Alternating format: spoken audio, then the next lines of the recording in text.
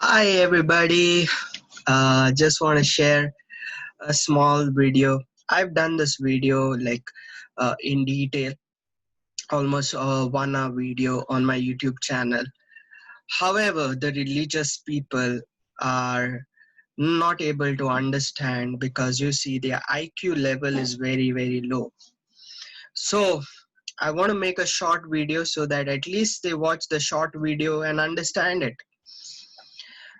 There is this thing out there where people think drinking wine is prohibited or drinking alcohol is prohibited in the Bible. Guys, I want you to understand, uh, even Jesus said, or the Bible says, it is the love for money that is bad. Money is never bad. And the problem is when we start making money as addiction, money is everything for us. Similarly, wine or alcohol is not bad, but when we get addicted to alcohol and we become drunkards, that's what is bad, and that's what is prohibited in the scriptures.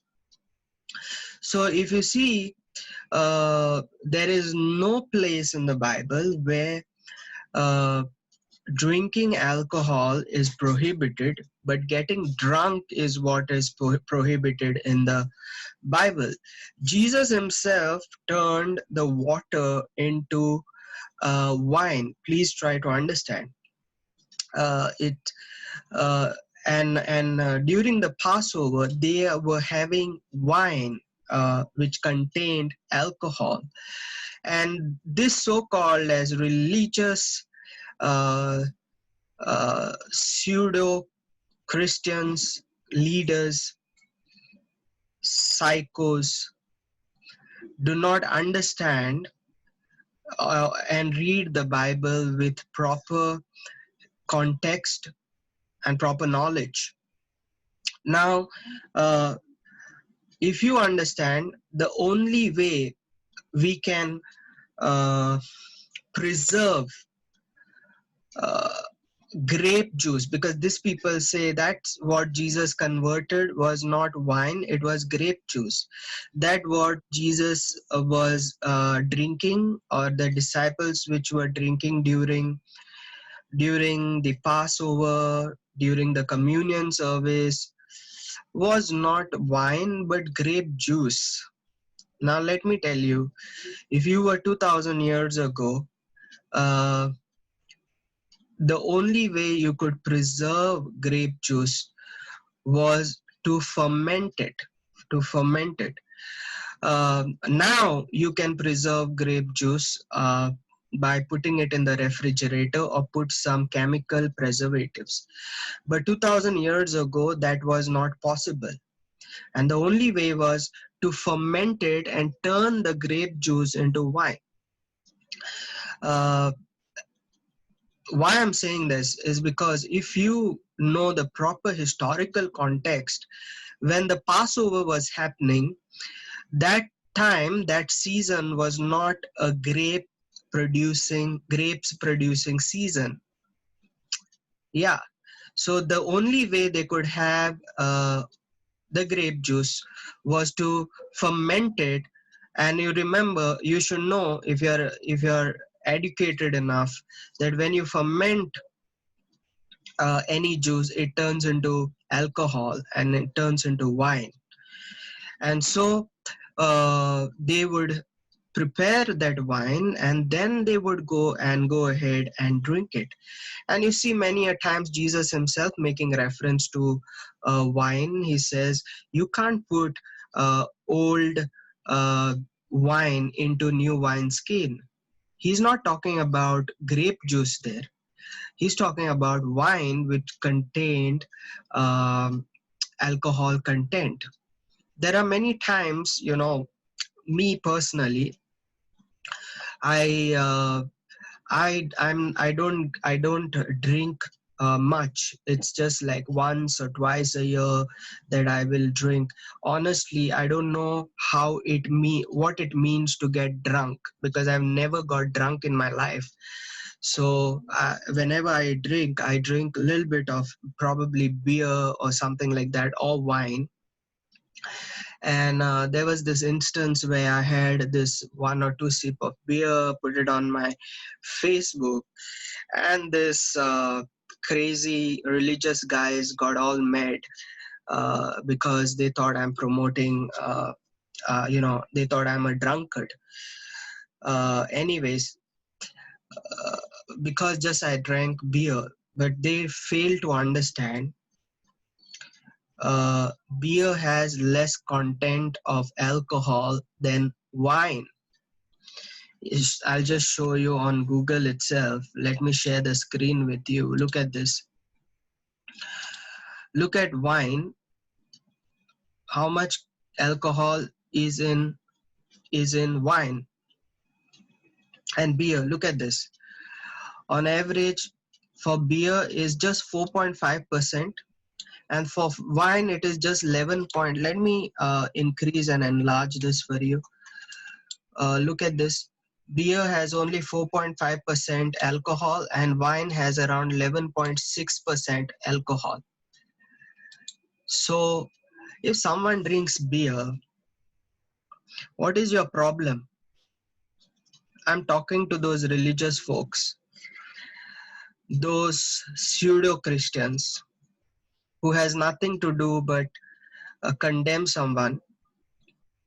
My question is, did I drink beer with your money?